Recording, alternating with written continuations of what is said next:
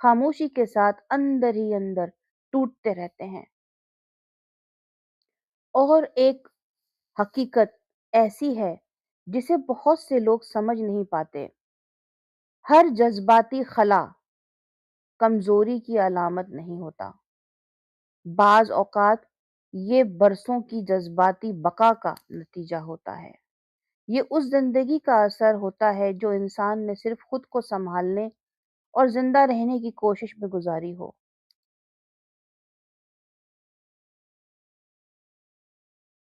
جب کوئی شخص طویل عرصے تک صرف بقا کی کیفیت میں زندگی بسر کرتا ہے تو اس کا ذہن اور اعصابی نظام اسی کیفیت کا عادی ہو جاتا ہے۔ آہستہ آہستہ وہ اپنے آپ سے تعلق کھونے لگتا ہے۔ وہ جذباتی تحفظ یعنی ایموشنل سیفٹی کا احساس کھو بیٹھتا ہے، اور بعض اوقات تو اسے یہ بھی معلوم نہیں رہتا کہ وہ حقیقت میں کیا محسوس کر رہا ہے۔ کچھ لوگ اس کیفیت کو یوں بیان کرتے ہیں: مجھے یوں لگتا ہے جیسے میرے اندر کوئی احساس ہی باقی نہیں رہا۔ کچھ کہتے ہیں: میں ہر وقت تھکا تھکا سا رہتا ہوں۔ کچھ یہ بھی کہتے ہیں: اب زندگی کی کسی چیز میں دل نہیں لگتا۔ اور کچھ لوگ ایک نہایت درد بھرا جملہ بھی کہتے ہیں: مجھے اب یہ بھی سمجھ نہیں آتا کہ میں اصل میں ہوں کون۔ جذباتی تھکن یعنی ایموشنل ایگزاشن یا ایموشنل برن آؤٹ یا ایموشنل فیٹیگ کی سب سے دل خراش حقیقتوں میں سے ایک حقیقت یہ بھی ہے کہ بہت سے ایسے لوگ جو بظاہر نہایت کامیاب، مضبوط اور پر اعتماد دکھائی دیتے ہیں، اپنے باطن میں ایک خاموش جنگ لڑ رہے ہوتے ہیں۔ اس کی ایک وجہ یہ بھی ہے کہ ہمارا معاشرہ ان لوگوں کو سراہتا ہے جو ہر حال میں چلتے رہتے ہیں، رکتے نہیں ہیں، جو تھکنے کا اظہار نہیں کرتے اور جو اپنی کمزوری کسی پر ظاہر نہیں ہونے دیتے، اور جو ہر مشکل کے باوجود مسکراتے رہتے ہیں۔ لوگ ان سے کہتے ہیں: آپ تو بہت مضبوط ہیں،